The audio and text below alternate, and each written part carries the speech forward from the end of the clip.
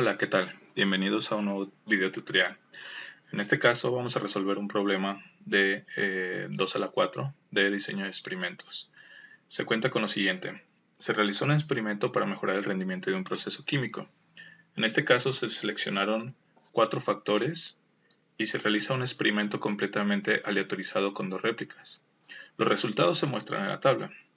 Este problema será realizado con el Minitab versión 18. Entonces, primero tenemos que realizar el diseño experimental. Para ello nos vamos a DOE y creamos un nuevo diseño experimental. El número de factores para este caso son 4. Aquí en diseños es un factorial completo. Y el número de réplicas en este caso para nuestro problema son 2, como lo podemos apreciar. La réplica 1 y la réplica 2. En opciones quitamos el checkbox de aleatorizar corridas.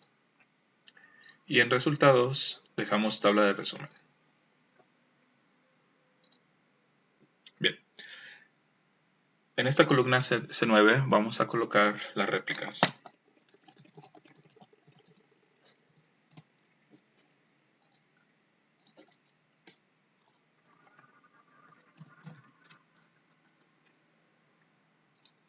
Aquí como yo ya las tengo en forma de tabla, simplemente las voy a copiar y las voy a pegar.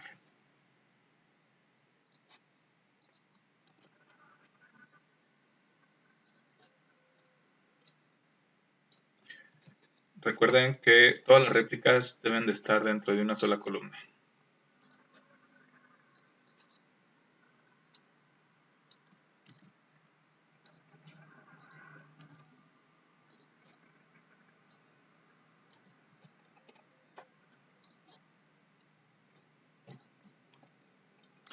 Bien, entonces ahí está nuestro diseño factorial, listo para ser analizado. Pero antes de llevarlo a cabo, vamos a ver qué es lo que se nos pide en nuestro problema. Nuestro objetivo que debemos de tener es establecer con qué combinación de factores se tendrá un máximo rendimiento de la reacción. Este valor lo vamos a sacar principalmente de la gráfica de cubos. La variable de respuesta para este caso que nosotros tenemos pues serían las réplicas.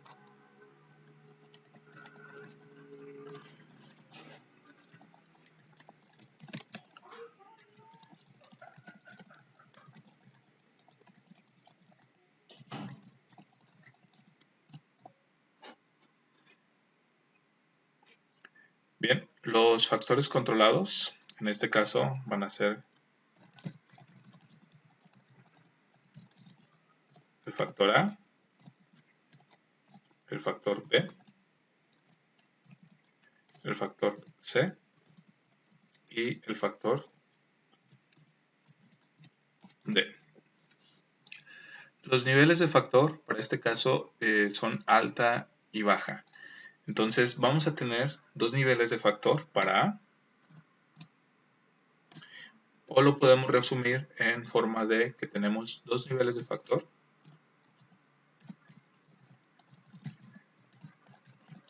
para cada factor.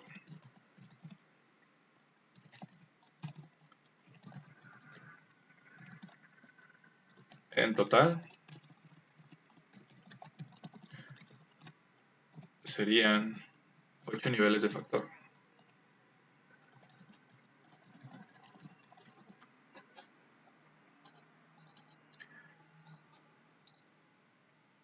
El modelo matemático que versa de un diseño tetrafactorial 2 a la 4 es este que se presenta aquí, donde cada una de sus literales relaciona todas las posibles interacciones que se pueden tener entre factores.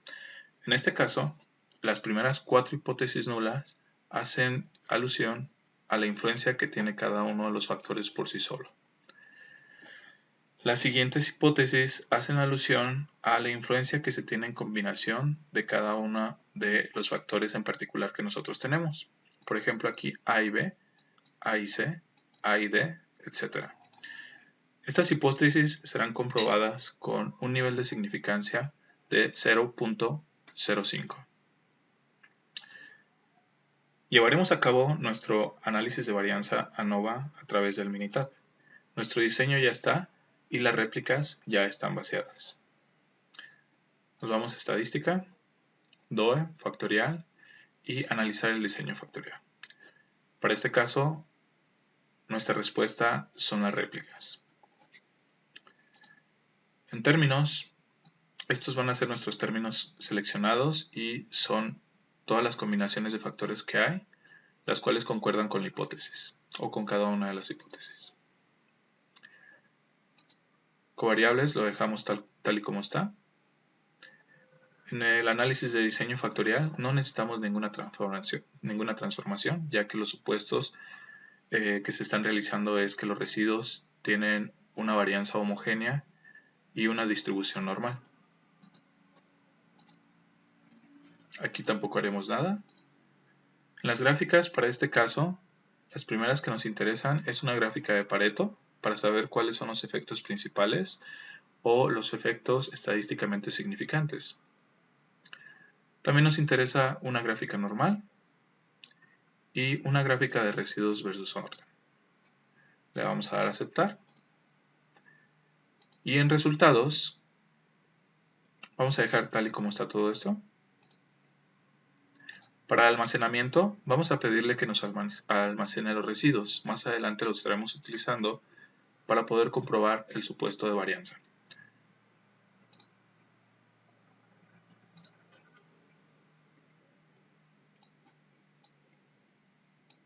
Y aquí está. Nuestro análisis de varianza se va a presentar en la pantalla principal del Minitab. Aquí lo tenemos.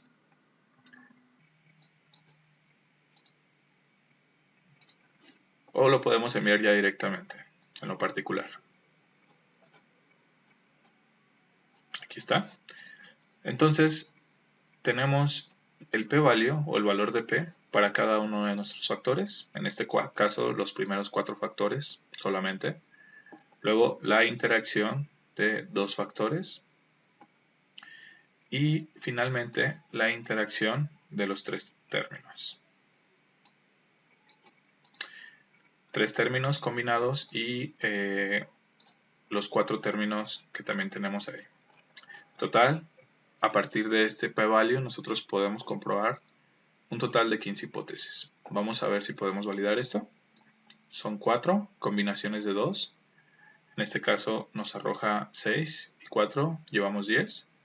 Los de 3 términos serían nuevamente 4, son 14, y el de 4 términos es 15.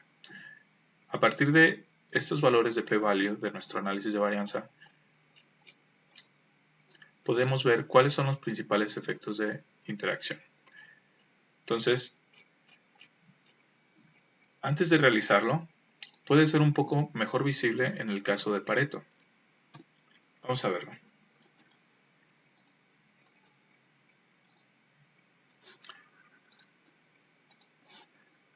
En nuestro diagrama de Pareto, de efectos estandarizados, podemos observar que a partir del valor de 2.12, cada uno de los factores o combinación de factores que rebasan esa línea divisoria, en este caso la línea punteada, tienen un efecto estadísticamente significativo.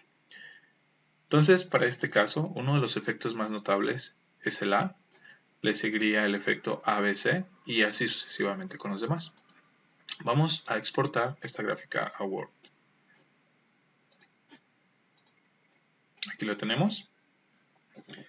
Entonces, nuestros efectos principales los podemos poner como el factor A. El factor A, ya que tiene un p-value menor a 0.05, se puede decir que tiene un efecto en nuestro experimento. Entonces, los efectos principales serían factor A,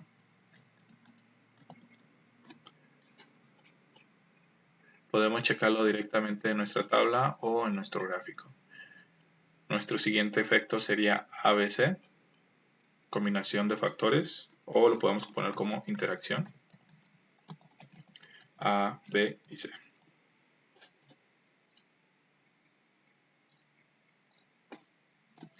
Posteriormente, podemos buscar otro efecto que sería ABD.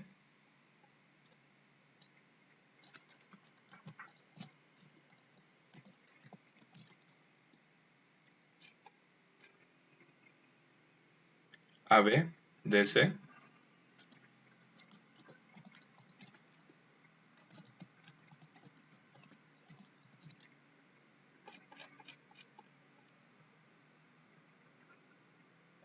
por separado, entonces sería cada uno de esos factores.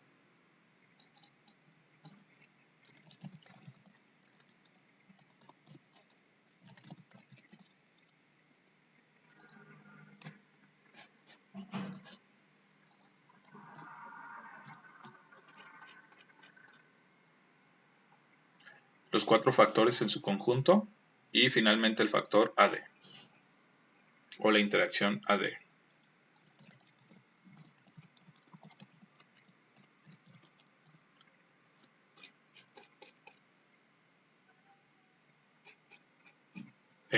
Y interacción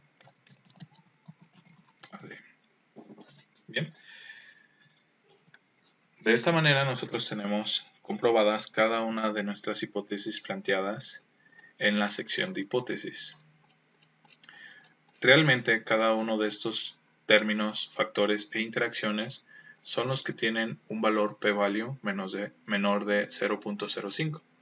Lo podemos comprobar, por ejemplo, en el caso de AB. Lo checamos directamente en la tabla. AB se encuentra aquí y sí, efectivamente tiene un valor menor de 0.05 de p-value. Vamos a comprobarlo con algún otro factor más de los que tiene probabilidad de p-value más alto. En este caso vamos a ver la interacción AD. Va a tener un valor muy alto, es el predictor, más sin embargo no va a pasar del nivel de significancia. AD, ¿es correcto? Tiene un p-value muy cercano al 0.05, sin embargo este no rebasa el 0.05.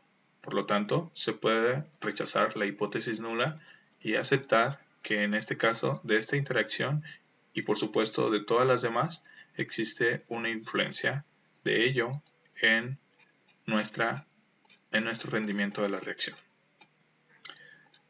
Nuestro gráfico de Pareto es una confirmación de lo que anteriormente ya habíamos mencionado. Vamos a ver los efectos principales o las gráficas de efectos principales. Para este caso nos vamos al Minitab, nos vamos en la parte de estadísticas, DOE, factorial y gráficas factoriales. Ponemos gráficas, dejamos tal y como todo lo dejamos tal y como está. En opciones vamos a dejarlo así y le damos a aceptar. Aquí tenemos nuestras dos gráficas. Para este caso se nos piden los efectos principales. Vamos a proceder a enviar esta gráfica a Word.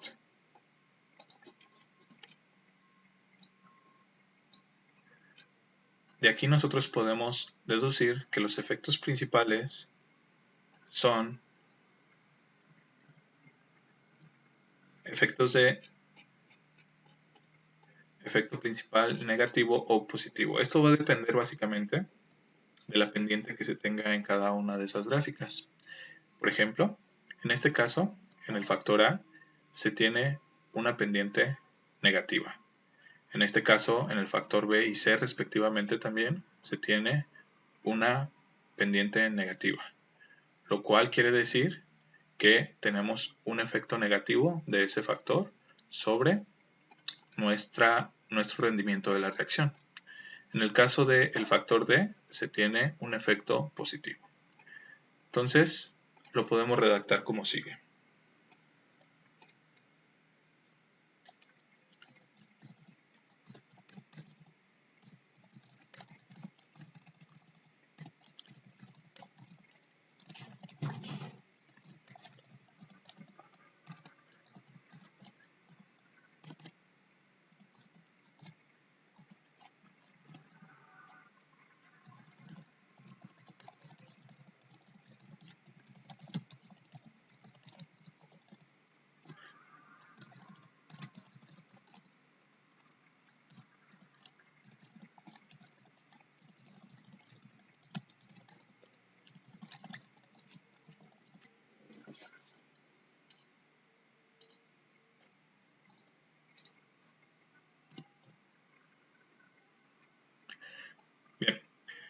Esto en cuanto a los factores solos, pero vamos a analizar los efectos de interacción en pares. Cabe mencionar, antes de pasar a los efectos de interacción por pares, que la pendiente también nos dice el grado de efecto que se está teniendo.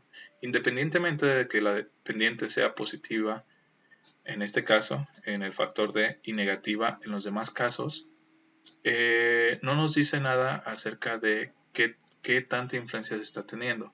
Eso más bien nos lo dice el grado de pendiente que hay. De hecho, el grado de pendiente, en este caso, es el factor A. Entonces, de los factores solos, el que tendría una mayor influencia en nuestro rendimiento de la reacción sería el factor A. Aunque como ya lo dijimos, esto trataría de una influencia negativa. Los efectos de interacción los podemos colocar como sigue.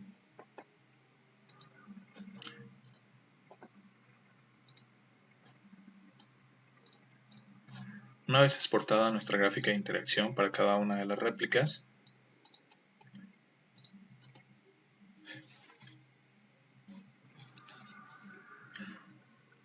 podemos decir que las líneas que se entrecruzan son los que tienen más interacción, en pares. En este caso, en esta matriz, podemos observar que el que tiene interacción básicamente son los valores A y B, cuyas pendientes se están intersectando una con otra. Al parecer también A y D tiene alguna interacción en su influencia con respecto al rendimiento de la reacción. No obstante, eso se puede comprobar en la parte de Pareto. Entonces podemos ver básicamente que nuestras interacciones por partes serían AD para este caso y AB para el primer caso que ya mencionábamos. Entonces, a partir de ello, podemos decir que los que tienen interacciones, en este caso debido a que la pendiente nuevamente es negativa, se podría decir que la interacción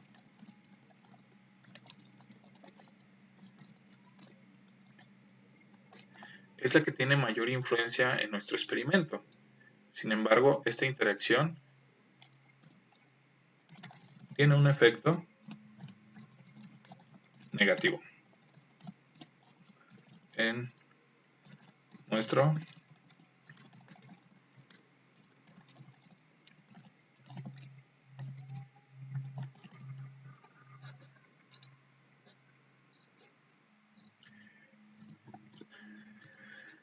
y nuevamente la interacción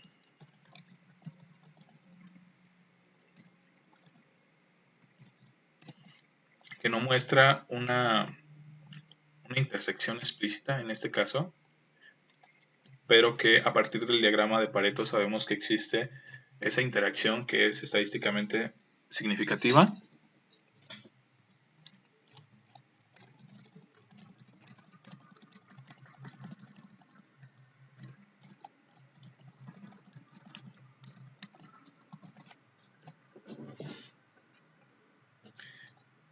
Bien, ahora que hemos visto los factores solos, la interacción, o mejor dicho, los efectos principales para cada réplica y de los factores solos y de la combinación de esos factores, podemos observar la gráfica de cubo.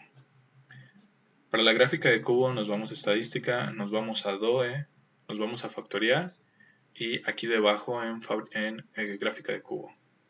Todo lo dejamos tal y como está, aceptamos y exportamos hacia Word. Una vez en Word, lo que podemos hacer es ver cuál de los datos o cuál de las esquinas es la que tiene una mejor interacción con relación a cada uno de los factores. En este caso, cada uno de los ejes me va a representar, acá corresponde al eje X, el A corresponde al eje Y y el B corresponde al eje Z.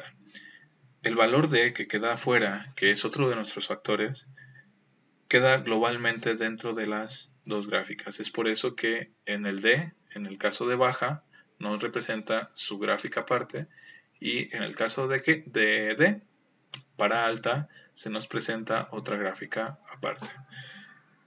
Entonces, Los mejores valores del rendimiento de la reacción los podemos ver a partir de cada uno de los vértices. Entonces diremos lo siguiente. En este caso, el valor más alto corresponde a 91.5 para este gráfico de cubo. En el otro gráfico de cubo, el valor más alto correspondería a este punto que se encuentra aquí. Lo que tenemos que hacer es dilucidar cada una de las coordenadas para observar si es negativa o positiva y en qué eje específico. Entonces nos vamos a ir a partir del eje A. Entonces en el eje A sería negativo. Vamos a poner en nuestra plantilla que los mejores resultados del rendimiento de la reacción son, en este caso, A,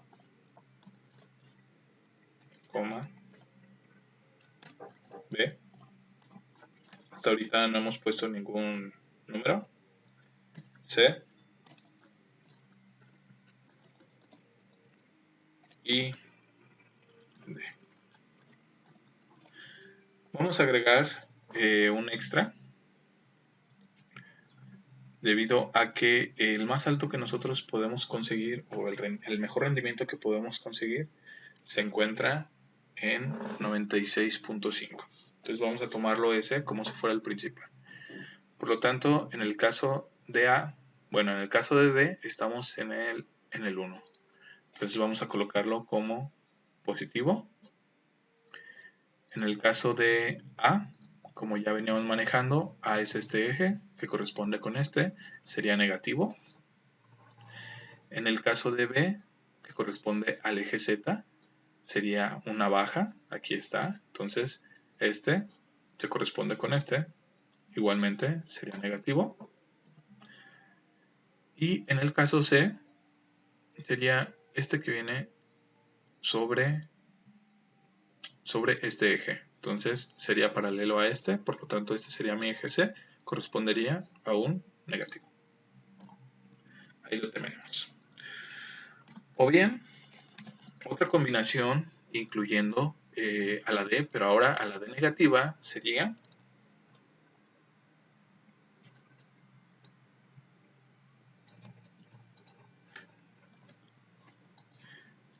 en A, para este caso sería negativo.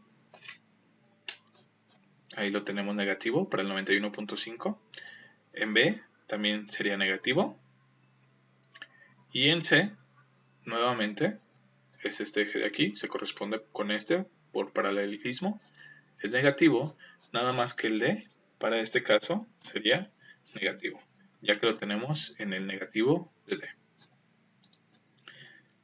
Bien, una vez que hemos hecho todo el análisis, necesitamos comprobar los supuestos de residuos, que estos deben de ser independientes.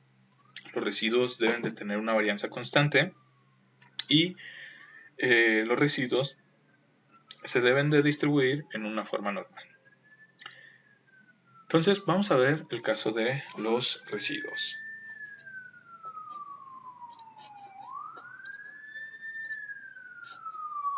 Esta es la gráfica de normalidad y esta es la de residuos. Podemos exportar nuevamente a Word. Aquí lo tenemos. Vamos a hacerlo un poco más pequeña. Entonces, esta suposición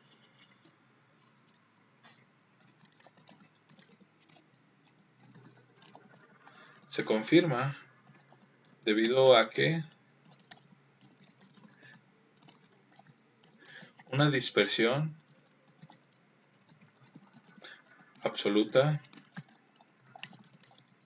entre los datos.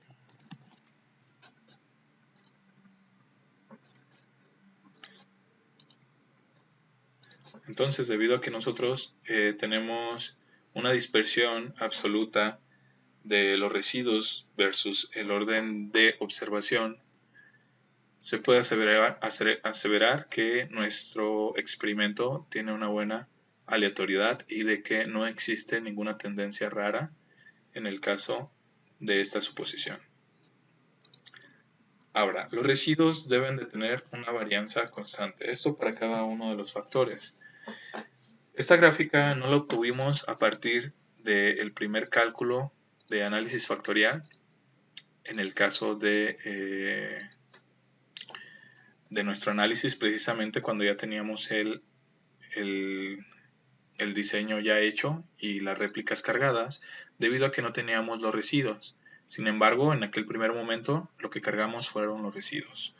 Para ello, nos vamos nuevamente a estadística, a factorial, y vamos a hacer nuevamente un diseño factorial, pero ahora en el caso de gráficas vamos a decirle que queremos residuos versus las variables.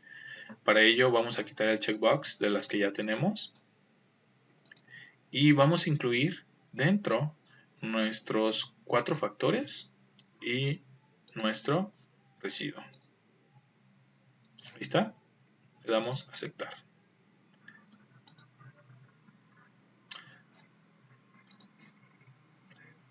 Así nos arroja cada uno de los residuos. ¿Dónde? Para el factor A, para el factor B, para el factor C y para el factor D, podemos observar que las varianzas son constantes, debido a que existe una alineación en cada uno de los puntos de baja y de alta. Bien, entonces vamos a exportarlos a nuestra plantilla.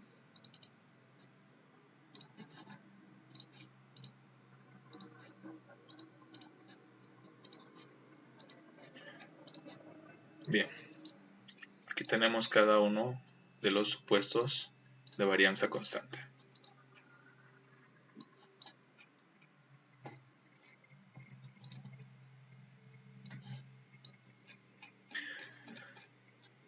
Entonces, hasta este punto lo que podemos decir de las varianzas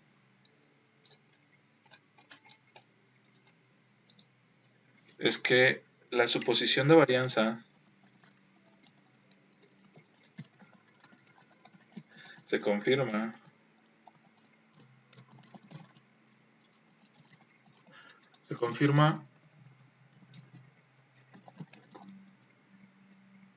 con las anteriores gráficas.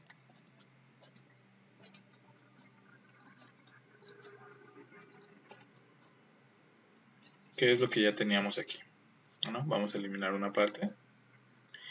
Y finalmente, necesitamos ver que los residuos tengan una distribución en forma normal. Para ello, vamos a ver si este enunciado se verifica a partir de nuestra gráfica. Esta gráfica la obtuvimos a partir del primer análisis de varianza.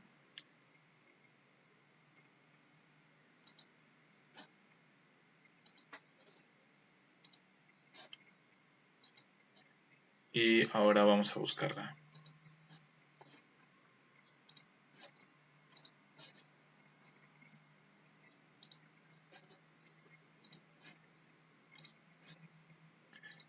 A veces no es bueno tener tantas gráficas a la vez,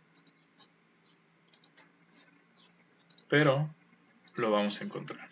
Aquí está. La gráfica de probabilidad normal del porcentaje versus el residuo nos presenta un valor de P de 0.092, lo cual quiere decir que la probabilidad es mayor a nuestro, o el p-value es mayor que nuestro nivel de significancia del valor alfa igual a 0.05. Vamos a exportar esta gráfica Word.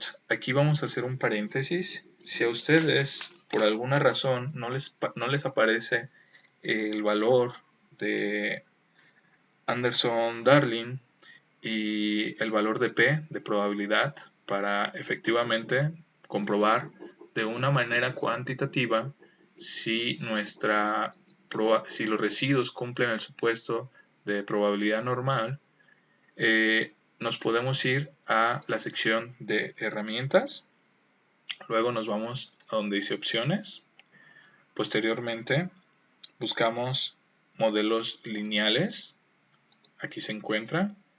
Posteriormente nos vamos a gráficas de residuo, es este de aquí, y le ponemos que nos muestre o que incluya la prueba de Anderson-Darling para gráfica normal. Entonces señalan la casilla, le dan a aceptar y en ese punto les debe mostrar una gráfica de estas cuando ustedes hagan su análisis factorial. Bien, entonces aquí caemos a la conclusión de que en esta última gráfica se verifica el ajuste de los residuos a la distribución normal con un P mayor que 0.05, con lo cual no se rechaza la hipótesis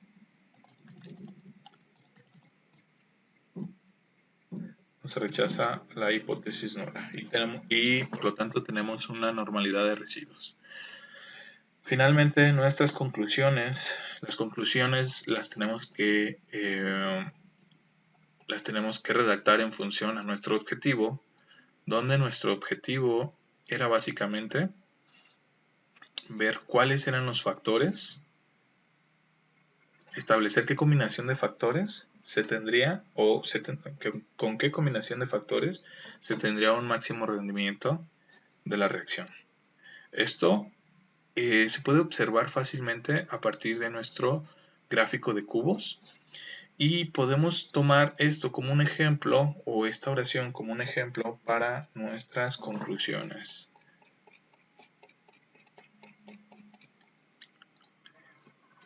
Podemos decir entonces que para este problema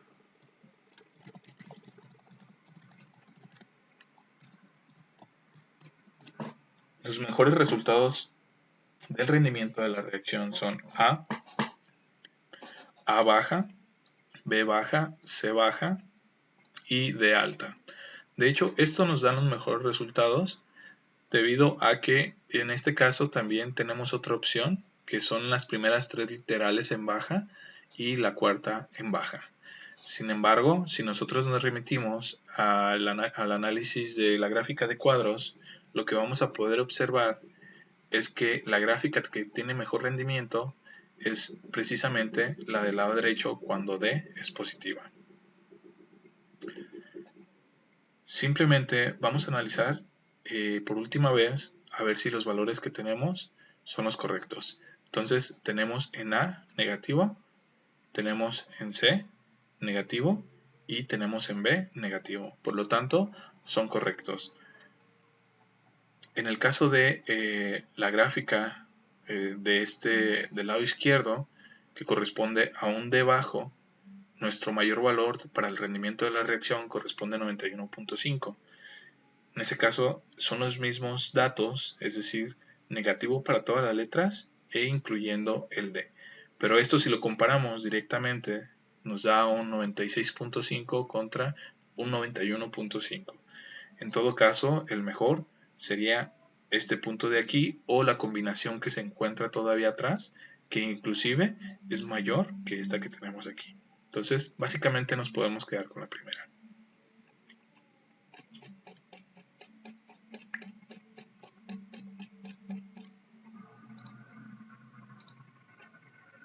Bien, una vez dicho lo anterior y después de nuestro análisis podemos borrar esta, ya que esta es la tercera mejor.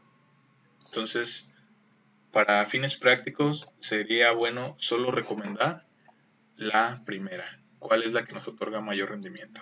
Bien, pues hemos llegado al final de este video tutorial. Tenemos nuestra bibliografía. En este caso, este libro es el mejor, el más representativo para diseño de experimentos.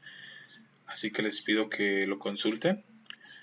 Y bueno, sin más, nos veremos pronto. Hasta luego.